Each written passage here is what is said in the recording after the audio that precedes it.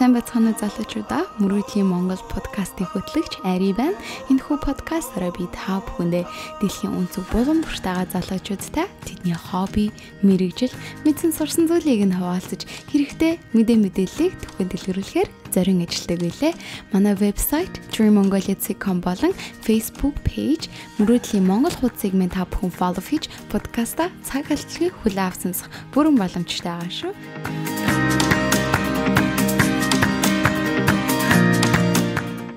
Бид энэ сарын хугацаанд минималист амьдралын хэв маяг, ухаалаг хэрэглэгч, ухаалаг сонголт, хогоо дахин боловсруулцгаая, орчноо төвчүүлэе гэсэн дараах 4 сэдвийн хүрээнд ярилцах гэж байна. Харин одоо та подкаста хүлээн аван сонсноо.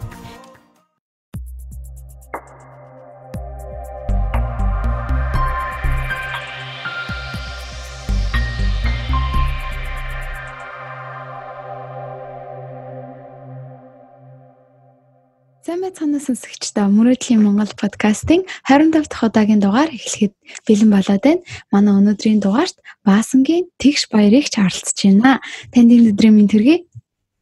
За сайн байна уу? Баярлалаа. Чамд ч бас энэ өдрийн мэндийг хүргэе. За маш их баярлалаа. Манай сонсогчид таныг бол Unlock подкастын хөтлөгчдгээр нь маш сайн мэдэх бах.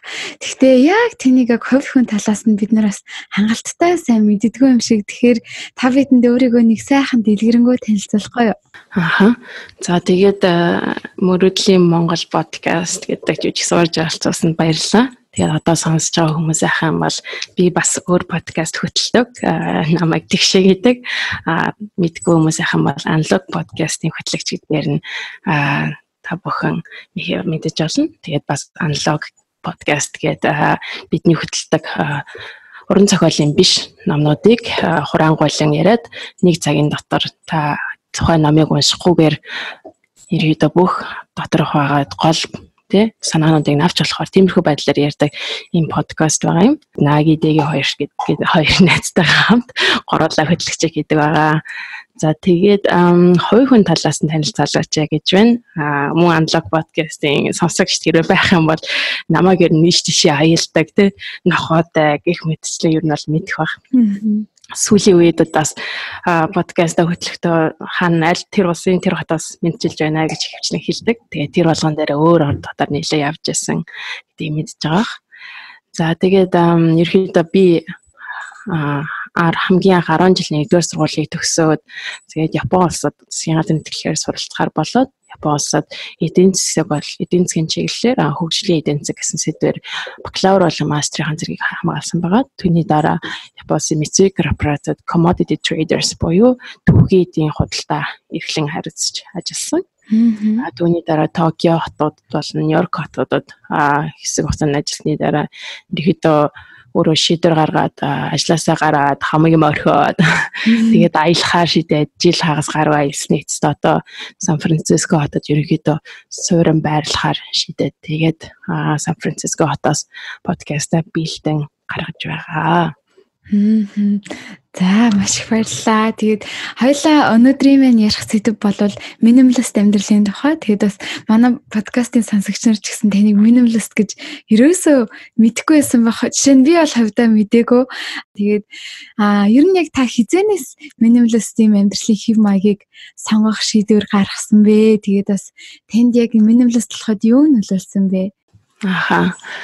За тийм ерөнхийдөө би минималист гэж одоо хүн болгоо одоо ингээд нэг тренд юм шиг болцсон байгаа. Энэхүү зүйлийг одоо би шилмах хийдэггүй. Би цагаан болт ингээд тэрнэрхүү одоо би минималист. Тэгээ би юм хэрэгэлдэг байдаг. Тэр шиг одоохондоо болцсон байгаа л ч. Тэр үед нэг тийм айхтар сүртэй юм байгаагүй гэж санагдаж байна.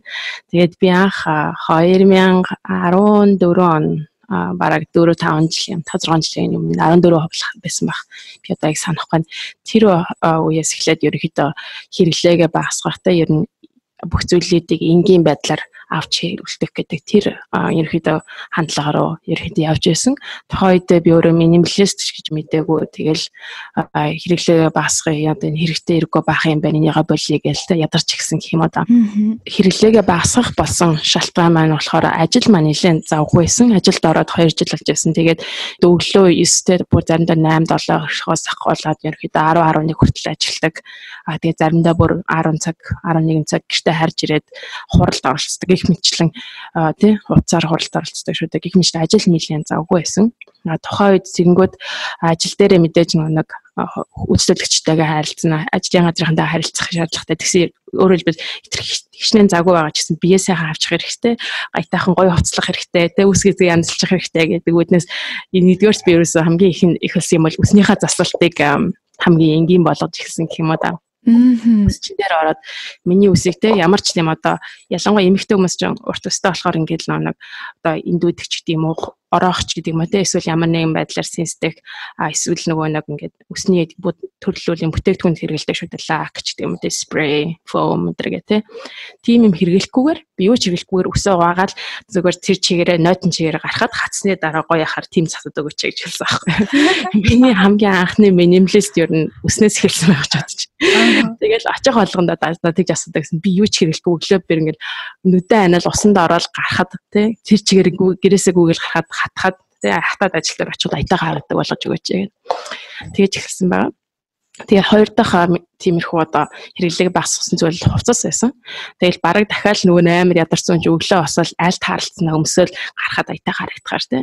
Тэгэнгүүт миний өмссөн цамц бол дээрээ болохоор ерөөсөн нэг яг адилхан загвартай цагаан цамцыг бараг 5-6 шиг. Тэгээд хаяа нийцэн хэр ягаамаа өнгөтөж адилхан адилхан загвартай тий.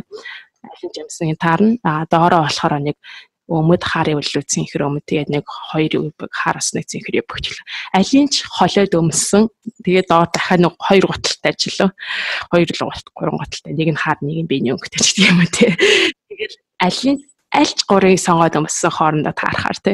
Тиймэрхүү байдлаар ерөнхийдөө хувцаа ер нь зэгсэлж эхэлсэн гэж болно. Тэгээд түүнээс хойш ерөнхийдөө тэгэхээр би одоо гадаад үзэмжиндээ ч гэдэг юм уу эсвэл тэр хувцас нурандаа санаа зовхгүй болоод би өөр хэрэгтэй зүйлд энерги зарцуулах боломжтой болж ирсэн. Тэгээд эндээс ерөнхийдөө минималист хэм маяг эхэлсэн байхаа гэж бодож байна. Гэхдээ миний бодлоор сонсогчид маань минималист гэхээр зөвхөн эд баялаг, эд хогшлын зүйлээ хувцас унаар гих зүйлүүдийг бодож яж магадгүй. Гэхдээ энэ санаа нь болохоор гол санаа нь болохоор хэрэгтэй зүйлд анхаарлаа хандуулад тэг хэрэггүй зүйлд анхаарлаа хандуулахаа болоод тэдний амьдралаас олох багасгаад түүнд нь эд тогшлоо орж болно те. Та одоо утсан дээр хэрэглэж апп те интернетийн хэрэглээч гэдэг юм уу те. Мөн найз нөхдөд гэр бүлийн харилцаа хинтээ өдөр болгон харилцаж байна.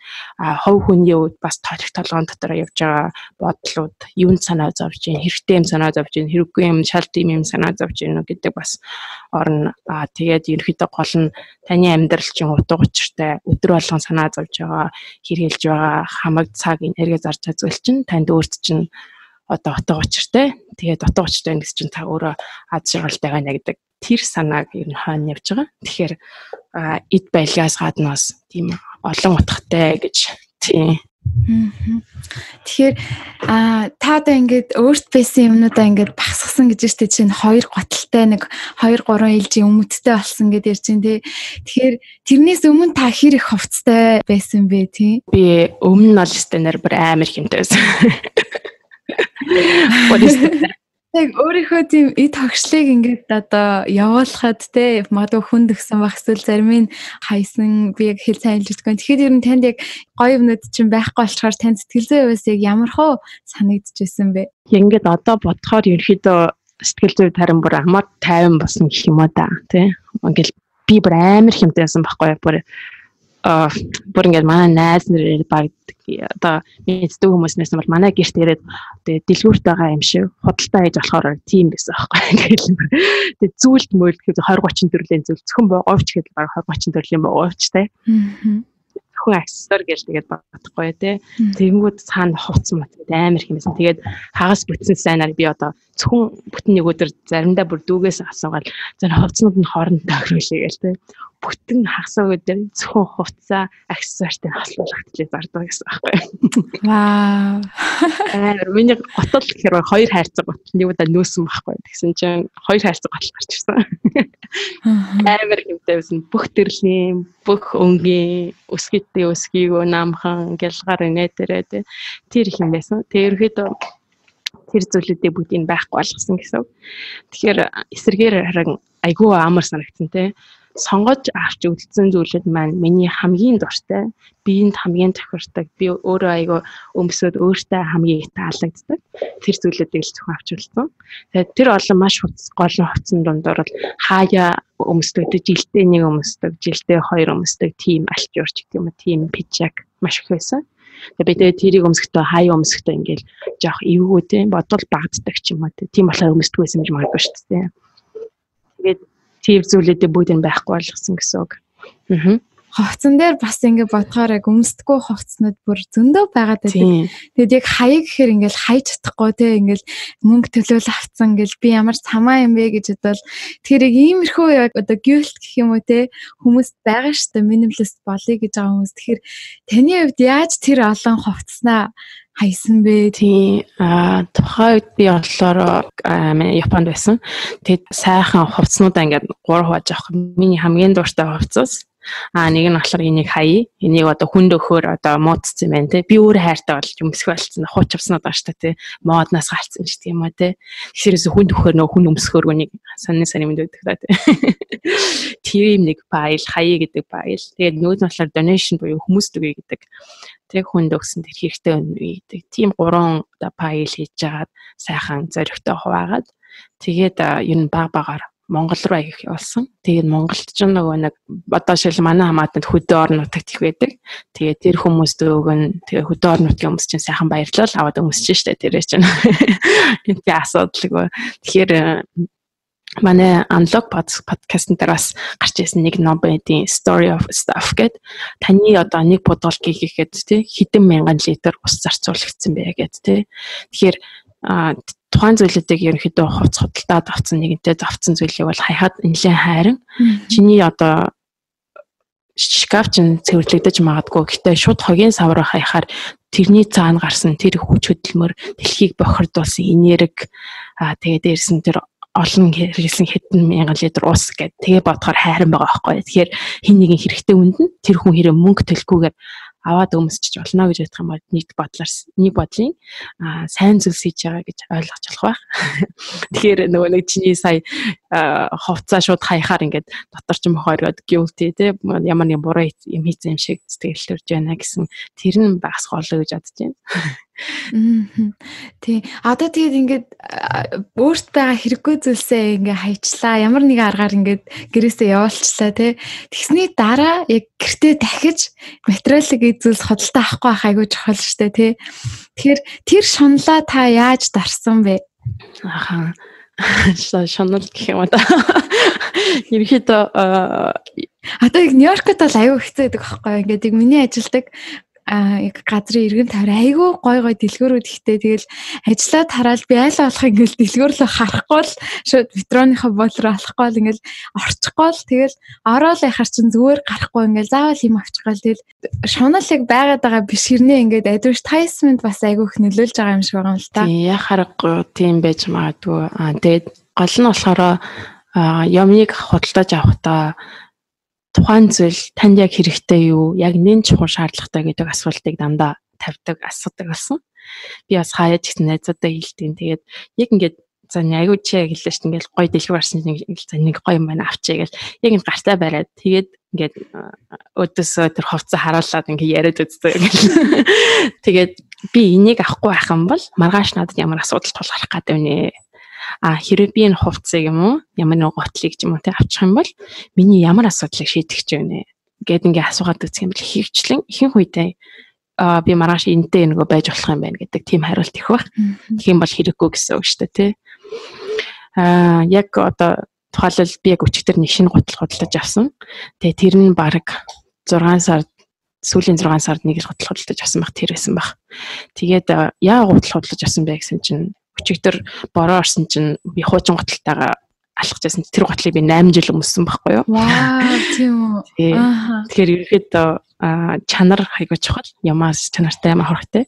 Тэгээ 8 жил өмссөн готл маань өчигдөр бороо алхаж байсан чинь ингээд доороос нь ус ороод ирсэн байхгүй юу? Тэгэд ингээд юу болсон бэ ингээд хаарсан чинь уул нь ингээд бүр ингээд муудаад юу цоорцсон. Тэгээд ингээд би бүр хуруугаа игээд баг татагшаага ингээд нугаас муудсан юм ямар ч засах боломжгүй. За тэгвэл энийг болигээд тэр готлол бүр нэг хэрэгцээнээс гарцсан яхааргаа бүр хэрэгжилж болох болсон. 8 жил өмсөд уулан цоороод манай нохоос идчихсэн тийм болсон. Тэгээд өчигдөр бол яг тэрийг хаяад тэгээ оронд нь шинэ готл авсан. Тэгээ одоо нөгөө готл маань хогийн саганд байгаа. Би тэгээ яг зургийг авчиж байгаа байхгүй юу. Заримдаа хүмүүс хайж яддаггүй шүү дээ. Гэх мэтлэн одоо яг сөрөний хэлсэн шиг хамгийн ихний асуулт нь болохоор яг энэ хэрэгтэй юу? Маргааш байхгүй болохгүй юу гэдэг асуулт.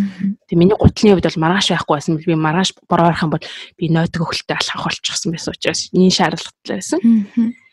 Тэгээд хоёр дахь нь болохоор хэрвээ ямар нэг юм худалдаж авах юм бол ерөөхдөө байгаа юм хуучин юм хаяад оронд нь авах. Өөрөөр хэлбэл шинэ юм авч байгаа бол энийг юм хаях юм өсөлхөнд өгөх гэдэг тэр дүрмийг баримтлах юм бол илүү юм чинь аваарахгүй байх хаа гэж бодож байна. Одоо жишээлбэл би нэг цамц худалдаж авахаараа нэг цамцаа дүүдээ ч юм уу найздаа өгдөг гэх мэтчлэн. Одоо та яг хэр их хувцастай байна вэ? Яг анх эхлэхдээ бол та хувцаа маш бага болгосон юм байна те. Тэгэхээр одоо яг гэрт чинь хэр их хувцас мөн одоо эд зүйлс байна. Хэрэг боломжтой бол та тэдгэрийг нэрлэж болох уу? За. Ерөнхийдөө сүүлийн нөгөө нэг жил хагас аялал хийсэн болохоор үр хүчнээс амьдарч байсан. Нэг жил хагас. Би жил хагасын дотор байсан нэг үр хүчтэй зүйлүүд бол яг надад байгаа. Тэр нь болохоор яг та майхан гудаснаас ахуулаад нэг хоол хийдэг хэрэлдэг аяг тавганы хэрэгслүүд. Тэгээд би ерөнхийдөө бодож байгаа нь болохоор за 2 цагаан бодолк, 1 хар бодолк, 1 цэнхэр бодолк. Нэг хар хөзөөтэй цамц, нэг биений өнгөтэй хөзөөтэй цамц, нэг хантаз, нэг борооны хүртэг, нэг гоёлын дресс, нэг өдөн хүртэг, нэг гоёлын дресс гэсэнтэй, 2 зуны дресс, нэг шорт, нэг юбк. Иймэрхүү байдалтай. Ерөөс 14 хувцастай байгаа юм шүү тэгэхээр тийм ээ нөө. Тийм тэгээд яг нэг өмөд байгаа. Нэг унтлагын өмөд, тэгээд 2 3 унтлагын бодолк байгаа. За тэгээд нөө дотор хувцас номс гэж жижиг сажиг зүйлүүд байгаа. Нэг нарны малгай байгаа.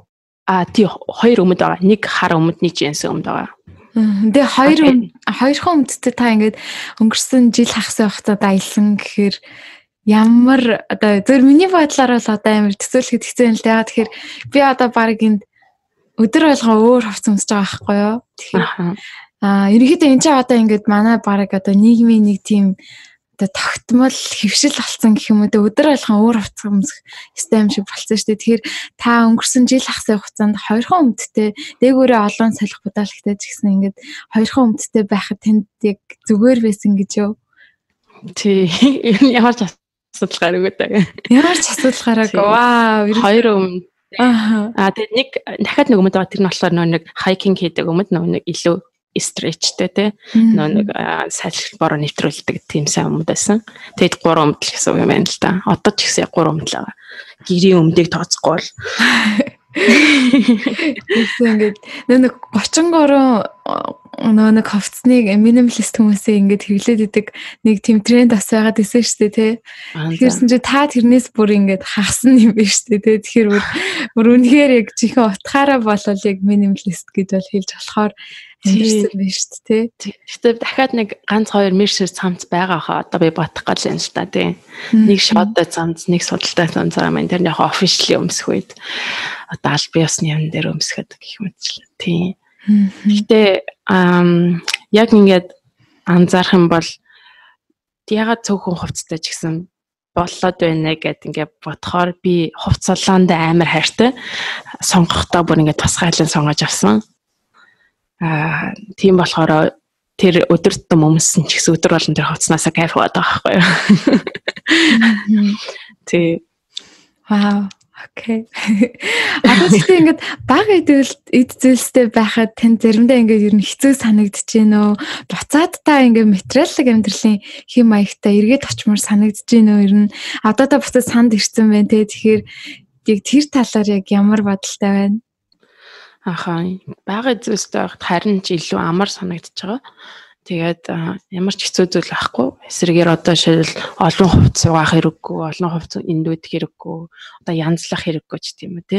Тэгээд жишээлбэл миний өрөөнд дотор байгаа зүйл хэм бол нэг матрас ор, тэгээд сандал ширээл байгаа гэсэн үг байхгүй юу. Тэгээд яг шаардлагатай байх юм бол би юм нэмж авдаг. Тэгээд зарим хүмүүс нэг минималист гэхээр бүр ингээл хав хаасан гэрт амьдардаг хүмүүс шиг санагддаг шүү дээ тий. Тийм бодолтой байж магадгүй. Гэхдээ тэр нь бол extreme minimalist зарим тийм хүмүүс байдаг бах. Миний хувьд гэх юм бол ямар би одоо хідэн зүйлтэй байх нь надад чухал ш. Гол нь миний байгаа зүйл одоо байгаа тогшил болгон надад ямар нэгэн утгатай би түүнийг хэрэглэхдээ баяртай тий тэр диван дээрээ суугаад баяр идэлдэг ч гэдэм үү тий аз жаргалыг иддэг тийм л байх нь чухал. Тийм болохоор юм нэмж авахаас бол айхгүй хэрвээ яах үнэхээр надад тэр зүйл хэрэгтэй байгаа бол би авахаас айхгүй шүү дээ тий. Тийм шүү дээ. Тэгвэл тийм би өчигдөр шинэ одоо орныхаа хажууд тавьдаг night stand гэх тий жижиг ширээвд орны хажууд тавьдаг шүн хэрэг боломжтой. Тийм хөдөлтөж асан. Учир нь юм бол би гэртээ нэг 2 3 сар амьдэрсэн чинь хажуудаа харахгүй аяхтай усаа ч юм уу номоо тавьмаар болж байгаа байхгүй. Тэгээ за хэрэгтэй юм байна гэд бодож авч байгаас өчигдөр хөдөлтөж авсан тийм маргааш ирэх байх. Гэх мэтчлэн юмгүй биш юмтай. Гэтэ байгаа юм болгоно хэрэгэлдэг юмнууд байгаа гэсэн үг байхгүй юу. Тийм болохоор эд зүйлс багтаа юм шиг боловч бүх зүйлүүд нь хэрэгэлдэг болохоор ямар ч асуудалгүй. Түүнээс биш өөрийнхөө нэг тав тухтай байдлаар золиослох ямар шаардлагагүй гэж хэлмээр байна. Одоо тэгвэл минималистик болохоор зорж буй хүмүүсийг хаанаас эхлүүл зохимжтой вэ? Тий. Хамгийн түрүүнд хэлсэнчлэн ямар нэгэн шин зүйл хөдөлж авахдаа энэ байхгүйгээр би маргааш ямар нэгэн асуудалд орох уу? Хэрвээ үнийг авчих юм бол миний ямар асуудлыг шийдэх гээд байна вэ? Тэгээ үн төлж байгаа мөнгөөр өөр би ямар гоё зүйл хийх боломжтой байсан бэ гэж бас асууж үзвэл хэрэг болох байх. Тэгээд түрүүнд чи хэлсэнчлэн ямар нэг дэлгүүрүүд те хаж талаар явахаар л сурталчлаа яваад худалдаж аваач хямдарчлаа те $10 $5 гэлтэй гэл сурталчлаад иж магадгүй. Тэгтээ тийм хямдрлаар бити хийжээш юм аваарэ. Очин нэг юм бол хямдрлаар орж ирж байгаа. Яг гарцаагүй шаардлагатай үед чинь таарч бач магадгүй тий. Хөвчлэг хямдрлаар дараа нь яг харах хэрэгтэйргүй юм авсан байдаг байхгүй юу. Үнэнд нь болоод тий. Тийм болохоор дэмий байхаа гэж бодож байна. Тэрний оронд дэлгүүр эсэж байхаа оронд найзуудтайгаа юм гэрүүлтэйгээ цаг өнгөрөөвөл илүү үр дүнтэй байх. Тэгээд би анх бодож байхад тэр нэг номон дээр уншсанаар бол хамгийн үр дүнтэй ихтэл бол тэр 30 өдрийн чаленж гэж байсан. За. Тийм 30 өдрийн чаленж нь болохоор эхний өдөр нэг зүйл, хоёр дахь өдөр хоёр зүйл, гурав дахь өдөр гурван зүйл гэд ингээд хайдаг байхгүй. Хаях ч юм уу те хүнд өгөх, өөрөөсөө байхгүй болгоно гэсэн үг те. Юу ч хийж болно, жижигхэн зүйл гэж болно. Эхний өдөр те нэг үсний болт, энэ үсний болтыг би яриг жил зүгээгүй. Нэгэн үсний болт. Хоёр дахь өдөр те нэг хүмүүсний лаг юу гэдэг нэг омс ч тийм үү те хоёр зүйл. Ингээд яа ингээд харахаар нэгээс нэг өдрөөс 30 гэхээр сарын дотор ойролцоогоор бид нар нэг 5-600 зүйл өөрөөсөө ингээд холболцсон байгаа байхгүй юу. Тэгээд дараа нь тэр ингээд зургнуудаа ингээд хараад үзсэн юу одоо зураг аваад ч юм. Тэгэхээр аюу одоо хэрэггүй зүйлээсэн ба. Тэгээд 30 өдрийн дараа байсан ч гэсэн та тэр юм зүйл байхгүй байсан ч гэсэн ямар ч асуудал гарахгүй таны амьдралд. Тэгээд эхлэхээр химааш хэрэггүй зүйлүүдээ өөртөө хадгалж исэн байна. Тэгээд ном ч гэдэг юм уу те. Уншаад дахиж хийж харахгүй номнууд ингээд байж лээдэг. Дахиж харахгүй бол хүнд өгөхөд нөгөө хүн чинь уншаад нөгөө хүнд чи хэрэг болно шүү дээ те. Өөр найзууд чинь ч гэдэг юм уу. Гэх мэтчлэн бас сайн талаас нь харах боломжтой. Бас өөр эрхэлж байгаа хүмүүс зарцсан бас нэлээд экстрим байж магадгүй. Цагаан уучлаарай. Манайхаа экстрим байж магадгүй нэг одоо санал бол packing party боёо одоо бүх зүйлээ баг гэдэг тийм арга байсан. Бид өөрийг хэрэглээгүй тэрийг сонирхолтой санагдсан. Тэр юу байсан бэ гэхээр өрөөнд дээр байгаа өөртөө байгаа бүх юм хайрцагт хийгээд ингээд багалчих бүгдийн бүх юм ховоос нөхж байгаа юм шиг. За гэрээ ховоосон бодлоо. Найзуудаагаа дуулж модч маа ам цайхан хоол хийж мэж байгаа тий туслалцаа авч чаад. Тэгээд гэрээ ховоосон болгочих. Тэгээд зөвхөн хэрэгт яг одоо хэрэглэх юм хайрцагнаас гаргаад хэрэгэл. За орой оллоо шүдөөгаа ингээд хайрцагнаас цойж гаргаад юутаагаад оч нүрүү гагч гаргачих. Тэрийг гаргаад тавьчих тий. Усан доор юугаа гаргаад тавьчих. Гэх мэтлээ ингээ гаргаад тавихаар нэг сарын дараа харахаар их юм ч хайрцагтай байжлаа байхгүй. Нэг чиглэлээ гэсэн. Тий. Гэх мэтлээ ингээд одоо хайрцагтай ямаа одоо 2 сар ч юм уу 3 сар ингээд хадгалаад үз. Тэгээд ингээд харахаар юус тэрэнд нэг ч гар хүрээгүй байсан үг юмч мэдэхгүй юм надад яждаг. Тэгээд ерөнхийдөө таны амьдралд яг юу хэрэгтэй байсан мэн гэдгийг нь ойлгох боломжтой байх. Зөв. Одоо та яг өөрийн яг баримталдаг минималист амьдралын хэв маягийн тэнэг тогтсон зуршлуудаас хуваалцаж болох уу? Зөвс тогшлын хувьд гэх юм бол түрүүнд хэлсэнчлэн би одоо хэрэгжилж байгаа өдөр болгон хэрэгжилж байгаа зүйлдээ хамгийн дуртай тэрнээсээ таашаал авдаг биеийн дэвтэйхэн ихтчлэн байгаа. Тэгээд бас өөр зүйлээ гэх юм бол аль болох цагийг бол яг хэрэгтэй зүйлдээ эсвэл найз нөхөдтэйгээ эсвэл аль болох гэрийн луу уцаар ярьж гэдэг юм уу. Тэзэдүүдийг одоо өнгөрөхийг хичээдэг. Мөс одоо сонирхлын хувьд гэх юм бол нөгөө нэг толгой доторх зүйлүүдэд ангилах хэрэгтэй гэж хэлсэн шүү дээ. Тийм болохоор илүү дутуу юмнууд ингээд ийш тийшээ анхаарлаа хандуулах тэр чинь гэсэн мань нэг ч гэсэн мань гэхийн хооронд өөртөө яг чухал гэж байгаа зүйл рүү анхаарлаа хандуулсан дээр учир нь юм бол одоо мэдээл харахаар одоо ялангуяа миний бодлоор нэг энэ social media их харах юм бол ингээл хүн болгоно л нэг сайхан амьдралтай юм байна шиг тий. Ингээл тэр гоё юм шиг надад энэ ч гоё юм шиг би энэ ч юм шиг энэ тийм юм шиг гэл ингээл толгой дотор ч яаж магадгүй тэр бодлоо бас минималист одоо айлалах өөрийнхөө дуртай зүйл өөрийнхөө кайф авдаг зүйл төвлөрвөл амьдрал чинь тийм олон садаа толгойгүйгэл сэтгэл чинь айгу тархитлгаж юмс амар байх гэж бодож байна. Та нэг Мэри Кондогийн шинэ цавралыг үзсэн үү Netflix дээр гарсан? Харин тийм хүмүүс яриад байлээ би харин данж үзээгүй. Нэг байгаа юу? Киномын уншиж байгаа тийм. Тий, номоноос уншаагаа. Харин тийм хүмүүс яриад. Мэри Кондогийн надад номыг уншаад амар гоё санагдсан байхгүй юу? Гэхдээ тэр номноос одоо яг би яг өөртөө ингээд нэг яг зуршил алгасан нэг юм нэх юм бол яг ховцоо яг ивхэх байдлын аягүй сайн зуршил алгасан. Тэгээд би яг тэр номыг уншихаас өмнө бас ингээд яг өөрийгөө харсан чинь нилийн бас яг ингээд Америк хүмүүстэй харьцуулахад бол нилийн минималист байсан юм билээ яг ингээд галтгооны юм ч юм уу те ингээд цөөхөн эдэн халбахтай сэрэтэй бүх юм нь яг хэрэглэгддэг ингээд галтгоонтой юмтай тийм олон спайс ч юм уу олон төрлийн юм байхгүй. Ер нь галтгооны хувьд бол айгүй гайгүй байсан. Тэгэд миний хамгийн одоо их гайтай байх юм бол яг ховцос юм шиг санагдсан. Тэгээ би ховцнуудаа аваалж үзэх юм бол нэг нэлээд том тийм одоо маунтин болохоор тийм байсан. Тэгээ би яг ховцнаасаа бол нэг тор ховцол хайсан.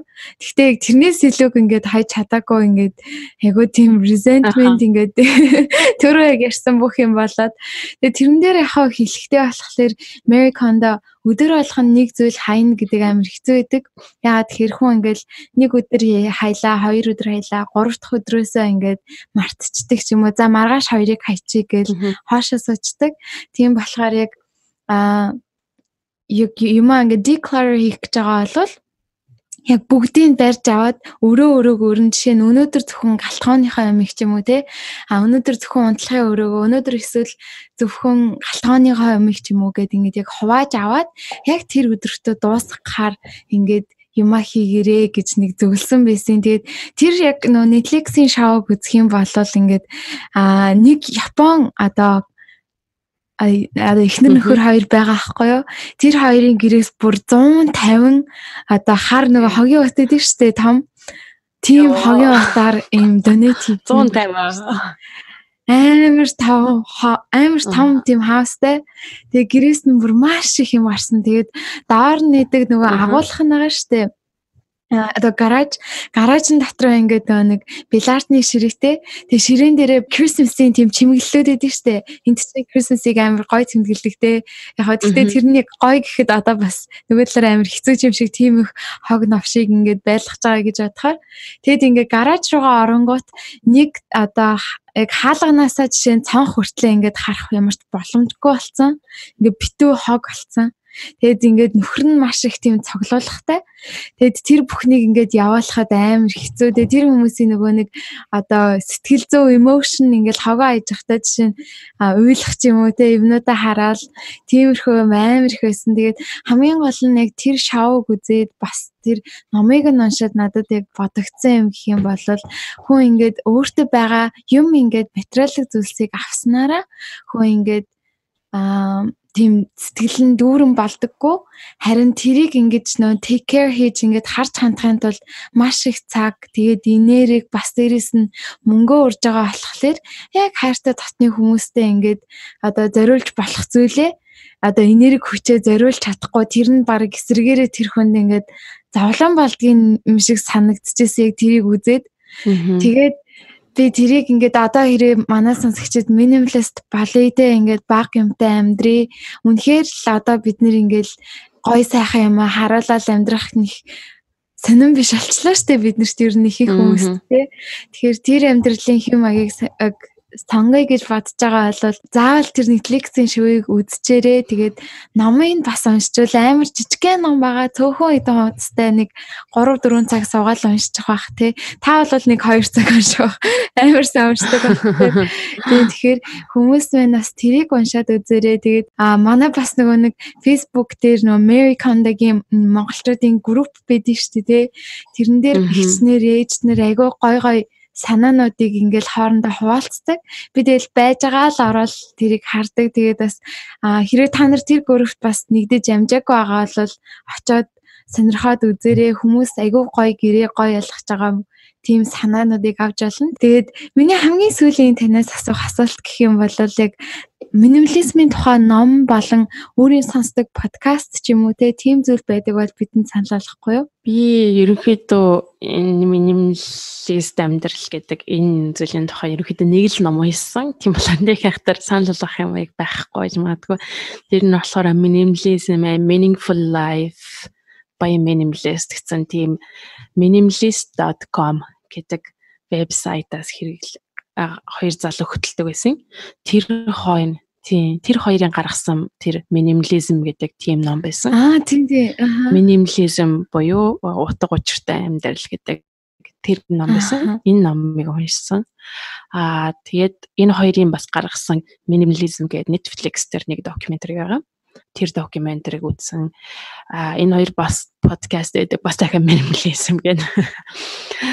Энэ хэдэг бас нэлээд нэг жил нэлээд дагаж явсан. Түүнээс хойш нэг хахтар юм үзээгүй. Тэгээд ерөөдөө нэг юм тэр удаараа жих юм би тэр олон минималистийн тухай өөрөө минималист хүн байж ингээл амар олон юмд ингээл самгаартал тэр болгоныг ингээд ухаах шаардлага эсвэл нэг юмыг яагаад гол концептыг аваад тэгээд нөгөө минимализм шиг тэгээд заа ойлгочлаа хайцсан.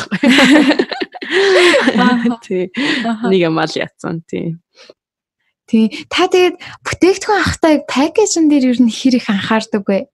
За би бол нэг анхаардаг байж магадгүй юм байна. Тэгээд пакэжлаг ялангуяа энэ Америкт айгүй их тийм пластик пакэжтэй юмуд ирдэг штэ тий. Тэр талаас айгүй муу. Тэгээд би одоо өөрөө нэг айлуулах нэг худалдаж авдаггүй болохоор анханасаа тэр пакэжийг анхаарахаас илүү авахгүй хэрэггүй зүйл авахгүй хаа гэдэг үднээс нь reduce шууд хийж байгаа гэсэн. Тэгтээ ингээд бид нарыг одоо яг ийм амьдралын хэв маягтай болох гээд хичээж байгааг ингээд компаниуд сонсох юм бол амар аюулын дохио юм шиг те хүмүүс ингээд бүтээгдэхүүнийг авахгүй гээд тийм болчихвол тэгэхээр яг одоо эсрэгээр аюул чанартай бүтээгдэхүүн байх юм бол би бол одоо авна штэ те. Одоо нэг гутал авсан чи би тэрийг дахиад 8 жил өмснөх юм бол би бол баярлал авна. Тийм байна тий. За ингээд дээд цагаа биднэрт зориулаад бас өөрийнхөө минималист амьдралын хэм маягаас хуваалцсанд маш их баярлалаа. Тэгээд танд өөр биднэрт магадгүй захиж хэлэх зүйл байна уу? За минималист амьдралтай холбоотой зүйл юм бол хамгийн сүүлд нь хэлэхэд бас түрүүнд бас хэлсэн байх тэр эд зүйл биш те. харин тийм өөртөө хэрэгтэй хэрэггүй зүйлд мөнгөө цагаа зарцуулахаас гадна тэрний хийхээс өмнө тэр цаг, энерги, ялангуяа мөнгө, эд хөрөнгөө хэрэгтэй зүйлд зарцуулаасай. Ялангуяа туршлага буюу experience сэтгэл ямар нэгэн байдлаар тарих толгоонд зүйлдэг тэрхүү зүйлд мөнгө, энерги зарцуулаач. Тэгээд мөн өөрийнх нь дуртай зүйлд тий одоо гүдэг бол гүдэг, төрцөө зартай зүйлд аялдаг бол аялдаг. Тэрэндээ одоо мөнгөө зарцуулаач. Тэгээ эсвэл гэр бүлийнх найз нөхдөд одоо гэрийнхнийгээ хоолнд оруулдаг ч гэдэм нэг үнэтэй готлох авахынхаа орн гэрийнхнийгээ хоолнд оруулдаг ч гэдэм гэх мэтчлэн тэдгээр зүйл зарцуулаад танд өөрт чинь сэтгэл зүйн хувьд тэгээд амьдралын утга учир гэдгийнхаа хувьд илүү их үр дүн өгөх болов, илүү их баялагийг бүтээх болов гэж бодож байна. За маш их баярлалаа танд. Урьж оролцсон баярлалаа. За баяртай. За баяртай.